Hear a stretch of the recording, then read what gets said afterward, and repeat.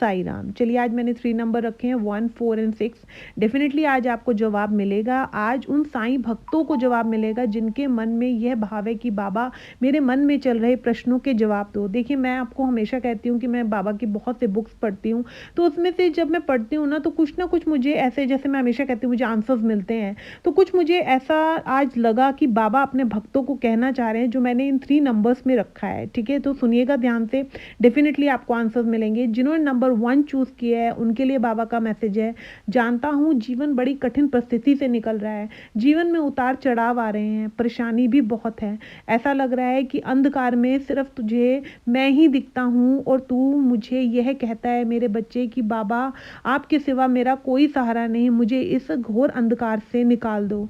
उस समय जब तू उदास होकर मेरे पास आकर या मेरा नाम लेता है, मैं तेरे सर को अपने गोदी में रखता हूँ और बड़े ही प्यार से तेरे सर पर हाथ रखता हूँ और कहता हूँ कि मेरा बच्चा या मेरी बच्ची, तुझे इस परिस्थिति से निकालने के लिए साईं हर पल तेरे साथ खड़ा है।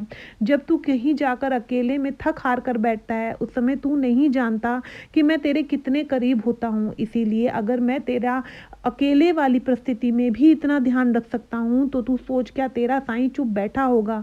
जानता हूँ जीवन कहीं ना कहीं डरा रहा है, यह दिखा रहा है कि रास्ते दरवाजे बंद होते जा रहे हैं, लेकिन चिंता ना कर, बहुत शीघ्र तेरे जीवन में रास्ते दरवाजे खुलेंगे और ये दुख के आंसू खुशी के आंसू में कब बदलेंगे तू स्वयं ही न जान पाएगा या नहीं जान पाएगी। तो बाबा कहीं ना कहीं आपको बोलना चाह रहे हैं डेफिनेटली आपकी लाइफ में अच्छा होने वाला है। बाबा आपकी हर परिस्थिति को देखो, इसमें आपको आंसर मिल रहा होगा कितनी बारीकी से बाबा आपको समझ रहे हैं। तो यहाँ आप ये देखिएगा कि बाबा आपसे कितना प्रेम करते हैं और कितने क्लोज हैं। आगे बाबा आपको कहना चाह रहे हैं कि जब तू मुस्कुराता है या मुस्कुराती है उस पल मैं भी मुस्कुरा उठता हूँ। हार मत, हर परिस्थिति में यह ढूंढ कि क्या अच्छा है, क्या इस ऐसी परिस्थिति जहाँ तू भय और डर के मारे मेरे पास आता है, क्या उस समय मैं तुझे अपनी गोदी में नहीं उठाता? मेरे लिए तू मेरा नन्हा बालक के समान ही है जिसे मैं गोदी में उठाता हूँ और कहता हूँ तू मुझ पर विश्वास रख।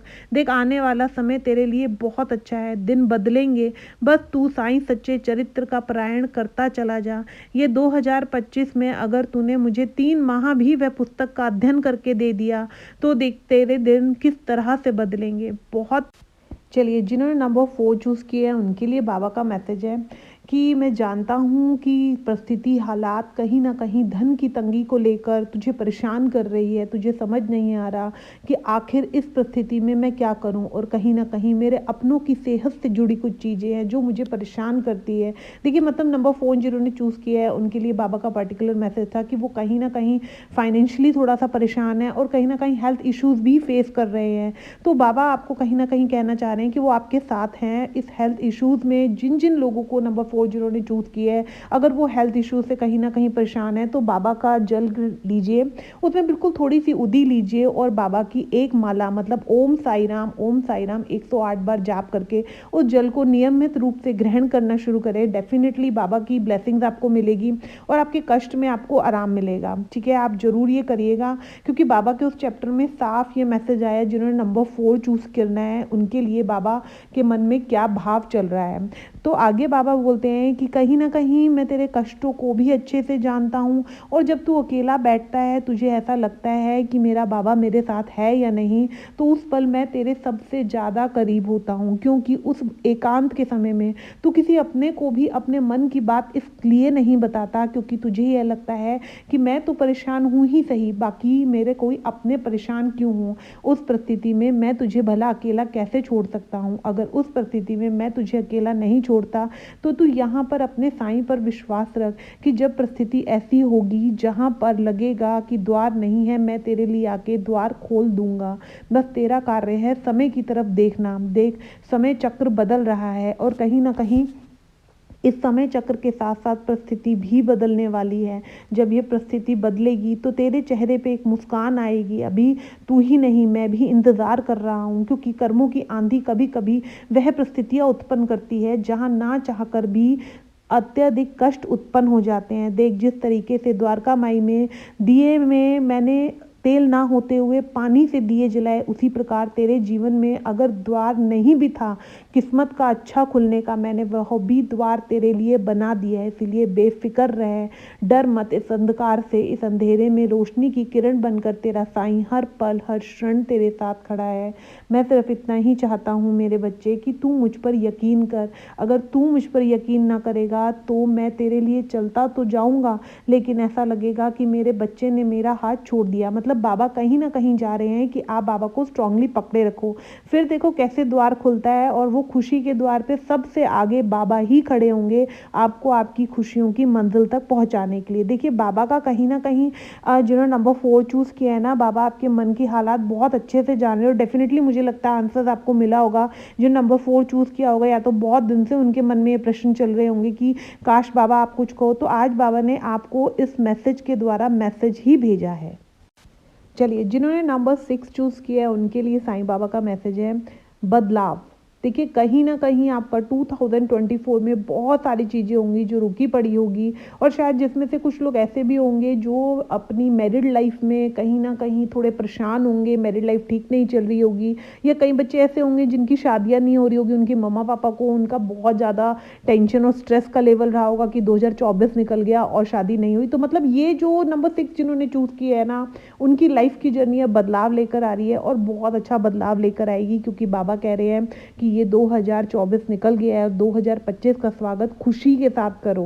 खुशी के साथ करोगे उतनी ही खुशी आएगी। मतलब बाबा आपको साफ साफ संकेत दे रहे हैं। इसमें बाबा आपको कह रहे हैं कि कहीं ना कहीं एक बदलाव जीवन में खुशी की तरफ लेकर जाएगा। मन में चल रहे अनेक प्रश्नों के तुम्हें जवाब मिलेंगे। तुम्हें ऐसा लगेगा कि जो जिंदगी 2024 में रुक गई थी, 2025 में वो अच्छे से चलने की तरफ मतलब दौड़ने लगी है। जिनकी मैरिड लाइफ में प्रॉब्लम्स चल रही थी, बाबा कह रहे हैं जहाँ ये लग रहा था ये रिश्ता बस मजबूरी में खिंच रहा है, या आपस में कहीं तालमेल बन नहीं रहा है, या कुछ रिश्तों में अत्यधिक कहीं ना कहीं खटास आ रखी है, अचानक ही ऐसा परिवर्तन होगा जहाँ आपको अच्छा लगने लगेगा। और कहीं ना कहीं बाबा कह रहे हैं कि ऐसा लगेगा कि मैं 2024 में तुझे छोड़ा नहीं था, मैंने तो मजबूती से हाथ पकड़ रखा था, ताकि 2025 के इस सफ़र में जब तू आगे बढ़े मेरी बच्ची या बच्चा, तो तुझे ये दिखाई दे कि तेरा जीवन आगे कितना सुंदर होने वाला है। मतलब बाबा कहते हैं कि बाबा किसी का हाथ पकड़ लेते हैं तो कभी छोड़ते नहीं हैं। हमें ज़रूर लगता है मुश्किल परिस्थिति में बाबा हमारे साथ नहीं है, लेकिन बाबा हमारे सबसे नज़दीक होते हैं। देखिए बाबा ने आगे बोला है, जिन माओं को ऐसा लगता था कि साईं सुन नहीं रहा है, उनके घर में रौनक ही रौनक होगी। उनके घर में बच्चियों की शादियों की आहट आएगी, जिसे वे लंबे समय से इंतज़ार कर रहे थे। और कहीं ना कहीं जिनकी मैरिड लाइफ में प्रॉब्लम्स चल रही थी, उनके पेरेंट्स दुखी थे, उनके लिए भी डेफिनेटली बदलाव आने वाला है। बदलाव सिर्फ इतना ही नहीं आएगा, बल्कि 2024 में जो काम रुके हुए थे, जहां लोग तुझ पर हंस रहे थे, जहां तुझे हर दिन का सफ़र काटना बहुत मुश्किल लग रहा था, वह कर्म चक्र था। उस कर्म चक्र का समय अत्यधिक था, लेकिन मैंने उस कर्म चक्र के समय को काफ़ी हद तक कम किया।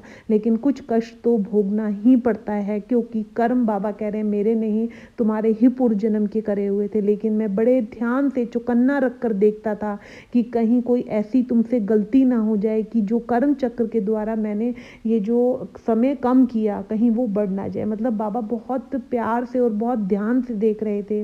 अब बाबा कहते हैं कि देख, जब खुशी का द्वार तेरे द्वार पे खटकेगा तो तू द्वारका माई जरूर चल कर आई हो। चाहे वो द्वारका माई आपके वहाँ पर कहीं पे साईं बाबा का मंदिर हो, उधर जाइएगा जरूर मत्था टेकने के लिए। और चाहे कहीं ना कहीं शिरडी का मौका बने तो आप जरूर जरूर जाना। बाबा कह रहे हैं जब जीवन में अच्छाई हो उस समय कर्म जरूर करना। कर्म करने का अर्थ है कम से कम 21 लोगों को भोजन अवश्य कराना निस्वार्थ भाव से। फिर देखना तेरी खुशी पे किसी की नज़र ना लगेगी और तेरी जीवन की डोर किस तरह से आगे बढ़ती चली जाएगी। ध्यान रखना, बाबा ने स्पेशली इसमें बोला था 21 लोगों को भोजन कराने के लिए, वो आप खुशी से कराइएगा। चलिए, ओम साई राम।